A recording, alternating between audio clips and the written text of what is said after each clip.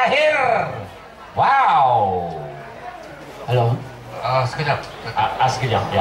Kamu peserta terakhir. Sama ada ini untuk analisa keseluruhan keputusan secara kasar pada hari ini. Seramai 112 orang termasuk Rena yang telah pun mendaftar dan membuat persembahan, dan sebanyak 52 setakat ini tidak termasuk Rena, 52 yang mendapat straight card hijau. Wow.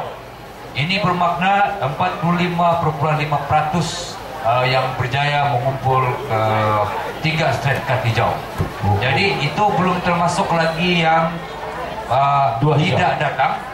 tidak datang, yang biasa dapat straight card 3 hijau, dan juga ada juga yang biasa dapat straight card 3 hijau yang hari ini mendapat 2 hijau. Jadi anggarannya lebih daripada 60 orang sudah sekarang ini yang layak untuk ke top 50. Jadi saingan dia sudah dijangkakan memberi. Memang terpaksa melakukan penyingkiran. Okey, jadi nasihatnya termasuk Rena, sila perkukuhkan lagi kedudukan anda dengan mengejar 3 straight card hijau. Itu quality.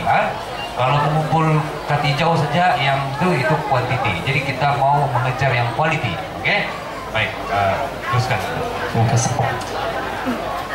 Selamat petang, saya ucapkan para datu-datu dan para hakim juri. Nama saya Renal Longpin, berasal daripada Kampung Keningau. Selama 24 tahun ingin menyanyikan lagu Prancis Landong Nung Nelan Kuda. Gimana?